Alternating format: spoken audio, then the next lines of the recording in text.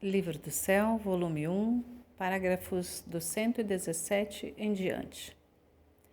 Depois disto, fiz quanto mais pude para resignar-me à vontade de Deus, ainda que muitas vezes era posta em tais problemas por parte das criaturas, que às vezes não fazia outra coisa senão chorar.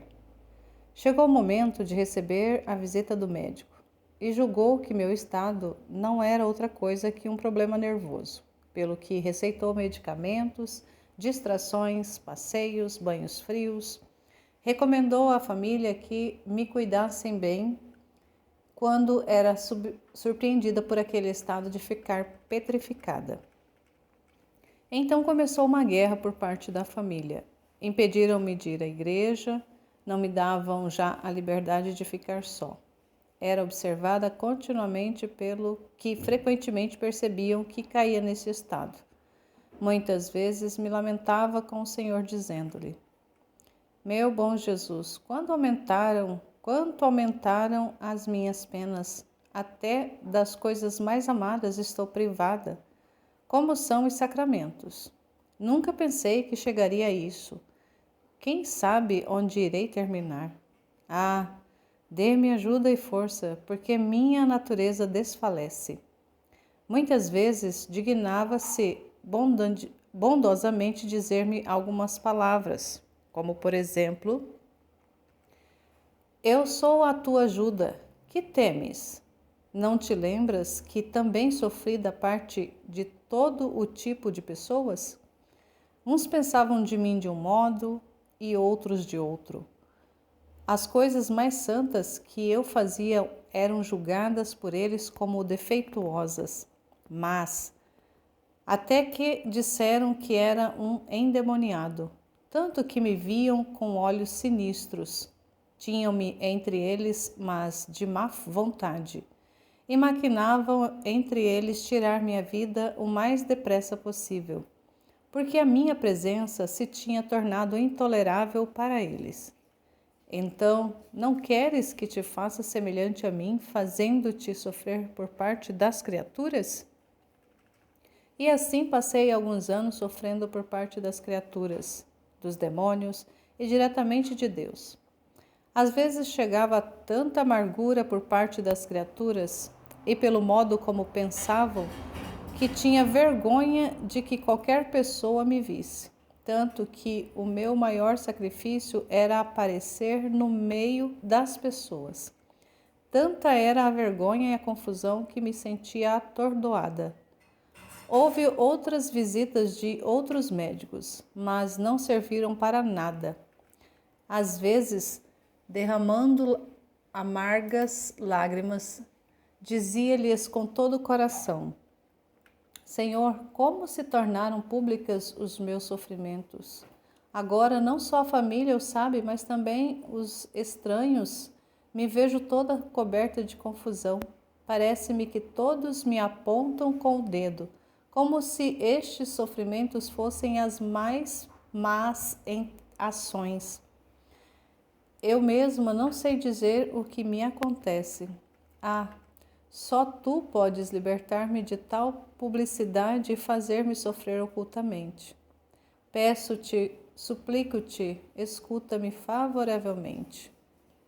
Às vezes também o Senhor mostrava não me escutar e aumentavam minhas penas.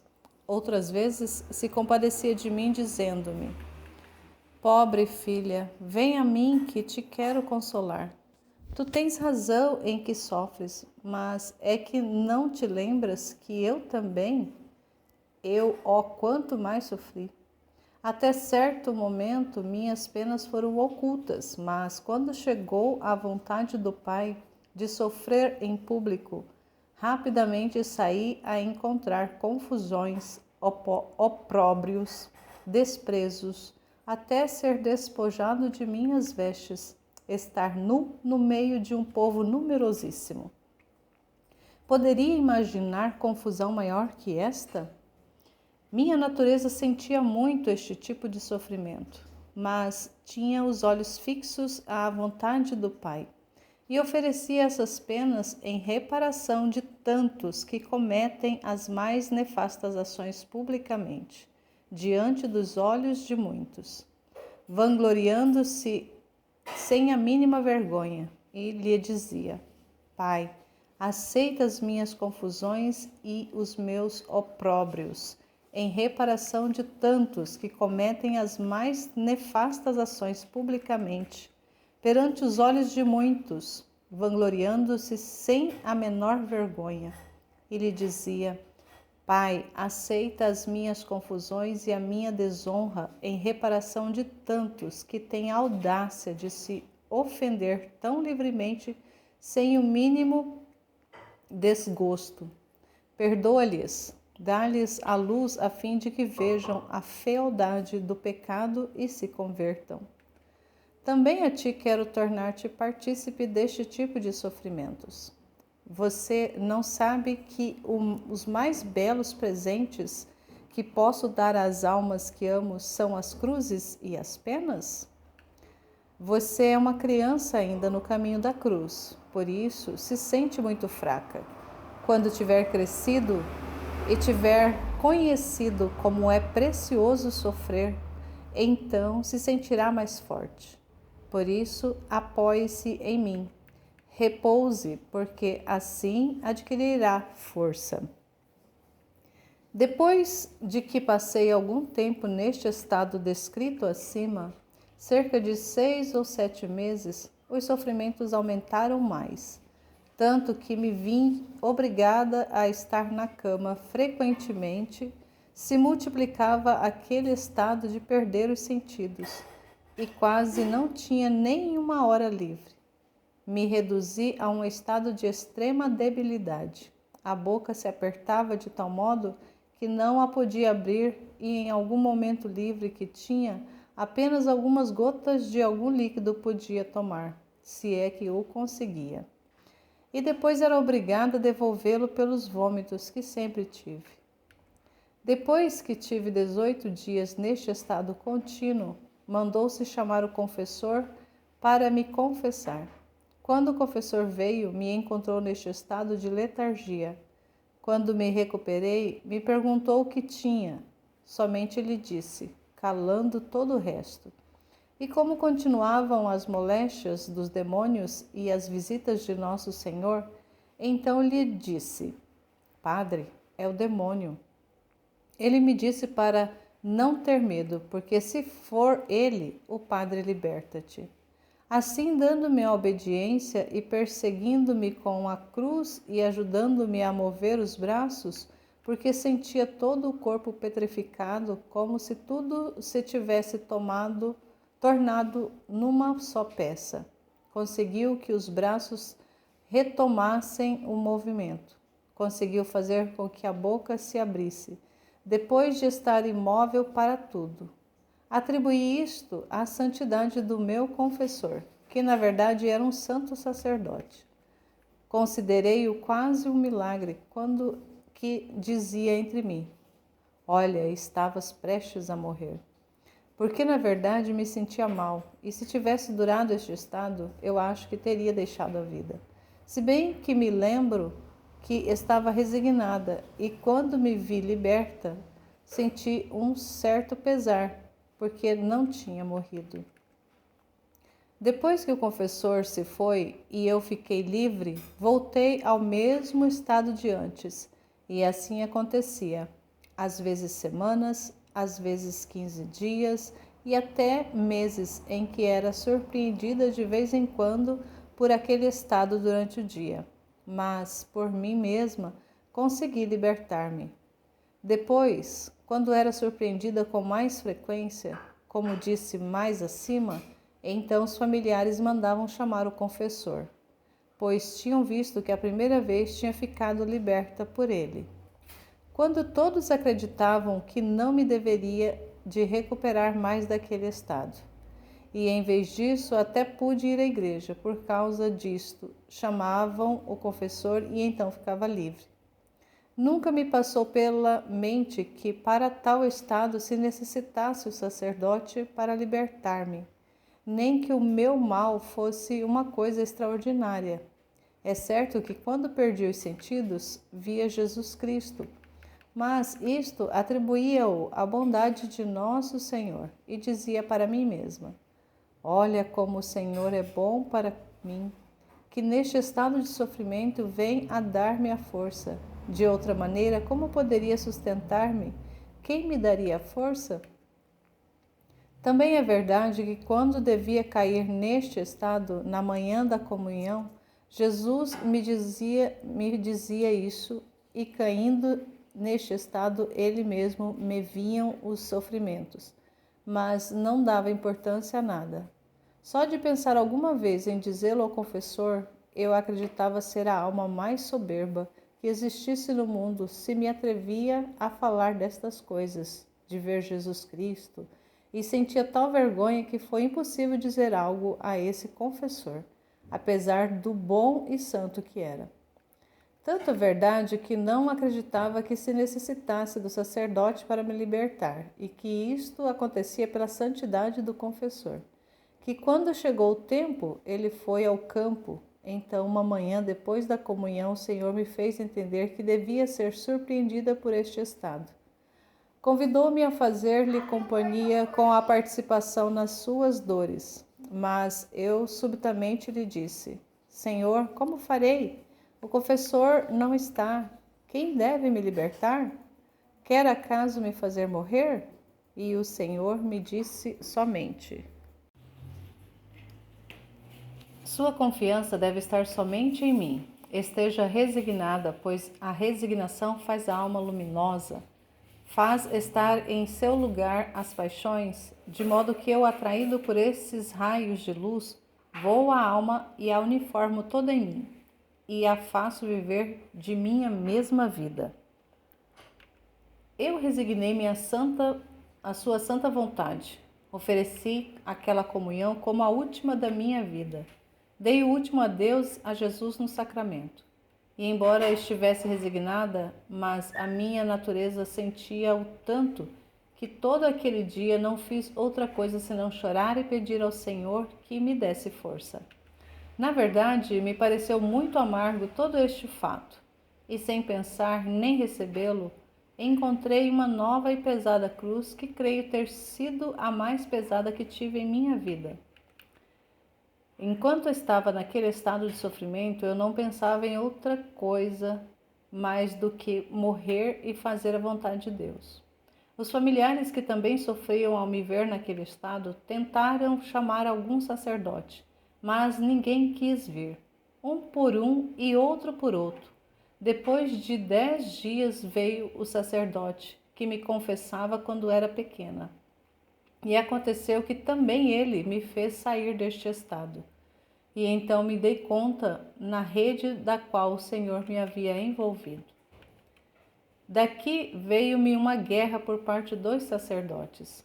Quem dizia que era fingimento, quem precisava de uns tapas, outros que queria passar por santa, quem acrescentava que estava endemoniada e muitas outras coisas. Que dizê-las todas seria fazer muito longa a história. Com estas ideias e em suas mentes, enquanto sucediam os sofrimentos e a família mandava chamar alguém, não queriam vir, dizendo todas aquelas coisas, e a pobre família sofreu muito, especialmente a minha pobre mãe. Quantas lágrimas derramou por mim! Ah, Senhor, protege-a, tu. Ó meu bom Senhor, quanto sofri desde então. Só você sabe tudo. Quem pode dizer quão amargo me foi este fato, que para me libertar deste estado de sofrimento necessitava-se do sacerdote? Quantas vezes pedi, derramando lágrimas amarguíssimas, que me libertasse disso. Muitas vezes fiz positivas resistências ao Senhor, quando Ele queria que me oferecesse como vítima e aceitasse as penas, e lhe dizia: Senhor, promete-me que tu mesmo me libertarás, e então aceito tudo. De outra maneira, não quero aceitar. E resistia o primeiro dia, o segundo, o terceiro, mas quem pode resistir a Deus? Insistia tanto comigo que finalmente me via obrigada a submeter-me à cruz. Outras vezes lhe dizia de coração e com confiança: Senhor, Como é que fazes isto? Como é que entre você e eu você quis colocar um terceiro? E este terceiro não quer se emprestar. Olhe, poderíamos estar muito contentes, você e eu sozinhos. Quando você me queria para sofrer, eu imediatamente aceitava, porque eu sabia que você mesmo deveria me libertar. Mas agora não. Outra mão é necessária. Eu imploro, liberte-me, porque assim estaremos ambos mais felizes. Às vezes fingia que me escutava e não me dizia nada. Outras vezes me dizia: Não temas, eu sou quem dá as trevas e a luz. Virá o tempo da luz. É meu costume que minhas obras as manifesto por meio dos sacerdotes. Assim passei 3 ou 4 anos destas contradições por parte dos sacerdotes. Muitas vezes me rejeitavam a provas duríssimas, sujeitavam a provas duríssimas. Chegavam a me deixar neste estado de sofrimento, isto é, petrificada, incapaz de qualquer mínimo movimento, nem sequer de poder tomar uma gota de água, até 18 dias, quando o queriam. Só o Senhor sabe o que eu passava neste estado, e logo quando vinham, não tinha sequer o bem de ouvir. Tem paciência, faz a vontade de Deus. Mas foi repreendido como uma caprichosa e desobediente. Ó Deus, que pena! Quantas lágrimas derramei, quantas vezes pensei que era desobediente e dizia para mim: como essa virtude da obediência, que para o Senhor é a mais agradável, está tão longe de mim. O que pode fazer e esperar de bem uma alma desobediente? Muitas vezes me lamentava com o Senhor e às vezes chegava até ressentir-me. E quando ele queria que aceitasse os sofrimentos, eu resistia quanto mais podia. Mas o Senhor, quando via que começava a resistir, fazia ver que não me dava atenção e não me dizia mais nada. E logo de repente vinha me surpreender. O que depois dizia o confessor é porque não queria que caísse naquele estado, mas isto não estava em meu poder. É verdade que fui desobediente e que jamais fui boa para nada, mas recordo também que a pena mais dolorosa para mim era o não poder obedecer. Neste período de tempo, recordo que houve uma epidemia de cólera e que um dia que pedia ao meu bom Jesus que fizesse cessar esse flagelo, ele me disse: contentar-me-ei, contanto que aceites oferecer-te sofrer o que eu quiser. Eu disse: Senhor, não posso, você sabe como eles pensam, a menos que tudo aconteça apenas entre você e eu. Só assim eu estaria disposta a aceitar tudo. E ele me disse: minha filha, se eu tivesse pensado no que os homens pensavam e no que queriam fazer de mim, não teria feito a redenção do gênero humano. Mas eu tinha meu olhar fixo em sua salvação. E o grande amor que me devorava me fazia fazer que, quando via pessoas que pensavam mal de mim e que davam ocasião de me fazer sofrer mais, eu oferecia essas mesmas penas que eles me davam por sua própria salvação. Você esqueceu o que eu quero de ti é a imitação da minha vida e que quero que participes em tudo o que sofri? Não sabes tu que o ato mais belo, mais heróico e mais agradável a mim é que deves oferecer-me, e o que te oferecer por aqueles mesmos que são tão contrários?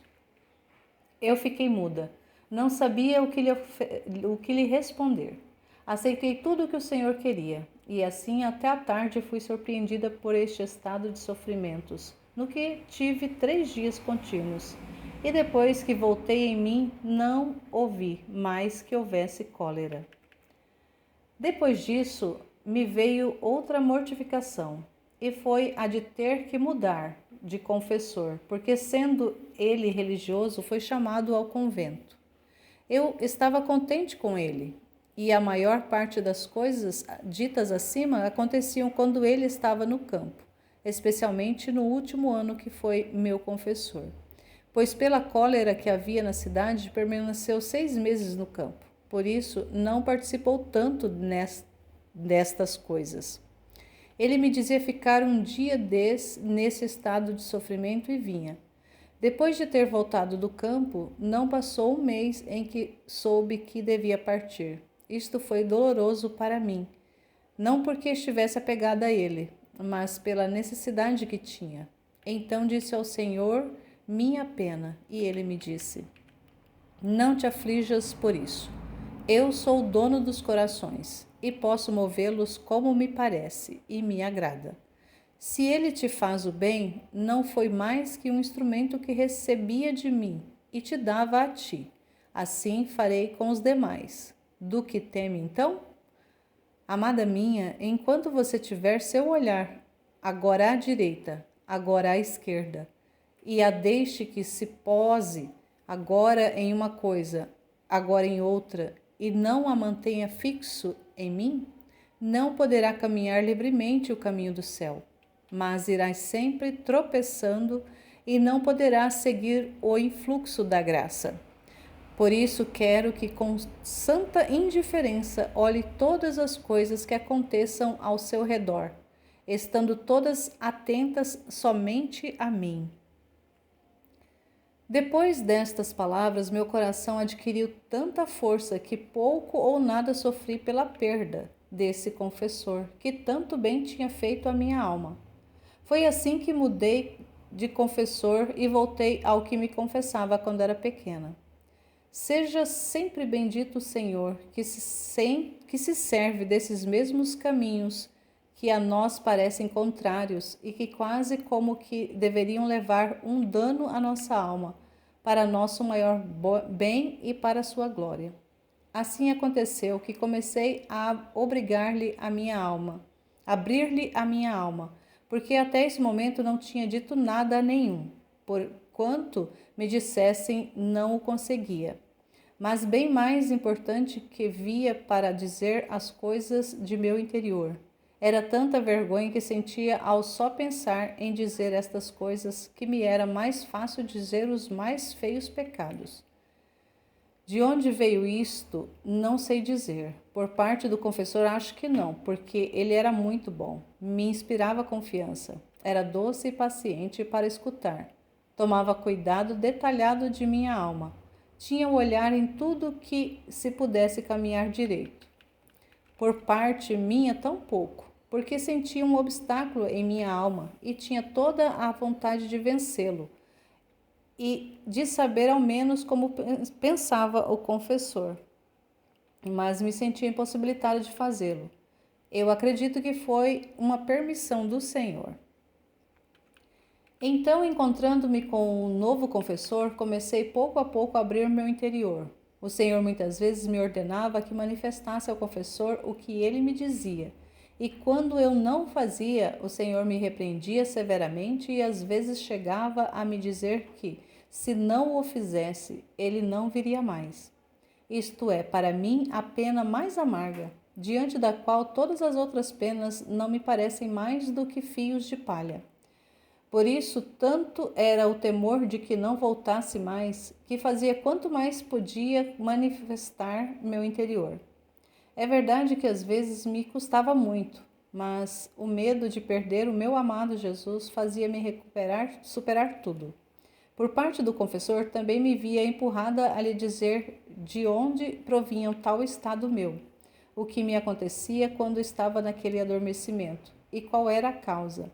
Agora me ordenava manifestar, agora me obrigava com preceito de obediência, e logo me punha diante o temor de que pudesse viver na ilusão e no engano, vivendo para mim mesma, enquanto que se o manifestasse ao sacerdote poderia estar mais segura e tranquila, e que o Senhor jamais permite que o sacerdote se engane quanto a alma é obediente. Assim Jesus Cristo me empurrava por um lado e o confessor por outro. Às vezes me parecia que se punham de acordo entre eles. Assim pude chegar a manifestar meu interior. Isto não fazia o confessor anterior, não me fazia nenhuma pergunta, não tratava de saber que coisas me aconteciam naquele estado de dormência, pelo que eu mesma não sabia como começar a falar destas coisas. O único cuidado que tomava era que estivesse resignada, uniformizada ao querer de Deus, que suportasse a cruz que o Senhor me tinha dado. Tanto que, se às vezes me via um pouco perturbada, experimentava grande desgosto. Depois aconteceu que passei cerca de outro ano com este confessor no mesmo estado, dito acima, mas como sabia de onde provinha este estado de sofrimento, me dizia que quando Jesus Cristo viesse, que me vissem os sofrimentos, fosse pedir a ele a obediência para sofrer. Recordo que uma manhã depois da comunhão o Senhor me disse: Filha, são tantas as iniquidades que se comete, que a balança da minha justiça está por transbordar. Deve saber que pesados flagelos farei cair sobre os homens, especialmente uma feroz guerra, na qual farei massacre da carne humana. Ah, sim, continuou quase chorando. Eu dei os corpos aos homens a fim de que fossem tantos santuários onde devia ir me deleitar, mas os transformaram em esgotos de imundícies, e é tanta a peste que me obrigam a estar longe deles. Vê a recompensa que recebo diante de tanto amor e tanta dor que sofri por elas. Quem foi tratado como eu? Ah, nenhum, mas quem é a causa? É o tanto amor que tenho. Por isso vou tentar com os castigos. Eu me sentia partir o coração pela dor, que parecia que eram tantas as ofensas que lhe faziam que, para fugir, queria esconder-se em mim, para encontrar refúgio. Sentia também tanta pena porque os homens deviam ser castigados, que me parecia que não eles, mas me parecia que, se eu tivesse podido, teria sido mais suportável eu sofrer todos aqueles castigos antes de ver os outros sofrer. Tratei de sensibilizá-lo o máximo que pude e com todo o coração lhe disse: Ó esposo santo, evita os flagelos que a tua justiça tem preparado. Se a multiplicidade das iniquidades dos homens é grande, está o mar imenso do teu sangue onde podes enterrá-las, e assim a tua justiça ficará satisfeita. Se não tens onde ir para deleitar-te, vem em mim. Te dou todo o meu coração para que repouses e te deleites com ele. É verdade que também eu sou um lugar imundo de vícios, mas tu podes purificar-me e fazer-me como tu queres. Mas aplaca-te. Se for necessário sacrifício da minha vida, de bom grado o farei, contanto que veja tantas imagens libertadas. E o Senhor, interrompendo o meu falar, continuou a dizer-me: Precisamente isto é o que eu quero. Se tu te ofereces para sofrer, não como agora, de vez em quando, mas continuamente, todos os dias e por um curto período de tempo, eu libertarei os homens.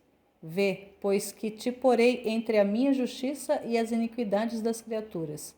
E quando minha justiça estiver cheia de iniquidade, de modo que não as possa conter, e se veja obrigado a mandar os flagelos para punir as criaturas, encontrando-se você no meio, eu, em vez de golpeá-la a eles, ficará golpeada a você. Só assim poderei te contentar em livrar os homens, de outro modo, não. Eu fiquei toda confusa e não sabia o que dizer. Minha natureza fazia sua parte, se assustava e tremia. Mas via meu bom Jesus que esperava uma resposta, se aceitava ou não.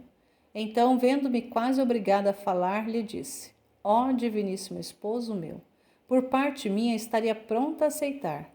Mas como se arrumará por parte do confessor? Se não quiser vir de vez em quando, como será possível que queira vir todos os dias?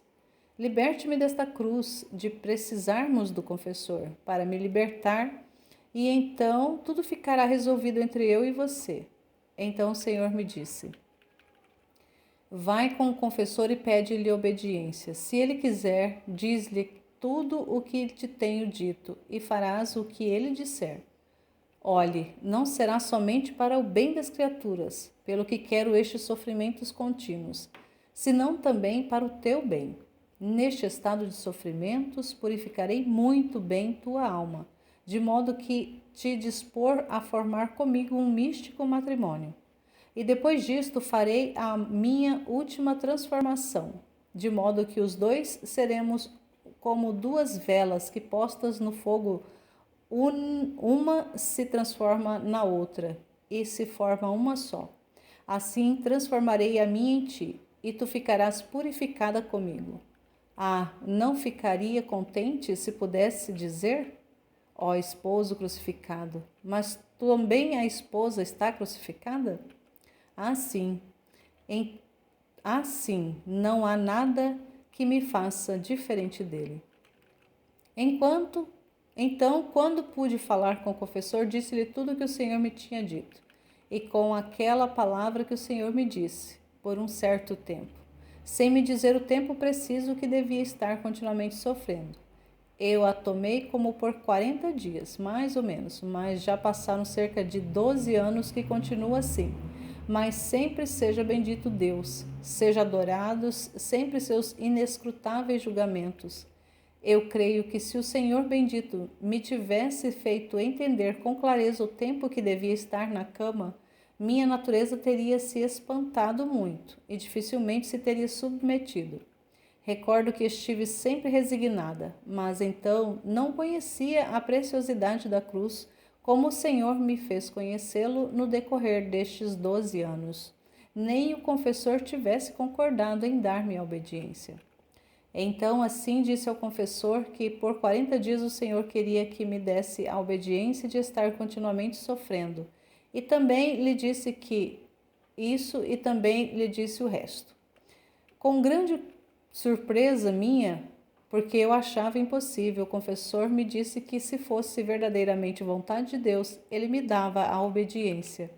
Que na realidade não era que ele não pudesse vir, mas sim um pouco de respeito humano. A minha alma alegrou-se muito porque podia contentar ao Senhor e também livrar as criaturas. Mas a minha natureza se entristeceu muito ao receber esta obediência, tanto que por alguns dias estive muito afligida. Também a alma a sentia pensativa porque devia estar tanto tempo sem poder receber a Jesus no sacramento. Minha única consolação, às vezes, sentia uma guerra tão feroz em mim que eu mesma não sabia o que me havia acontecido. Muitas coisas acrescentava o demônio, mas meu bom Jesus curou tudo, e eis como aconteceu.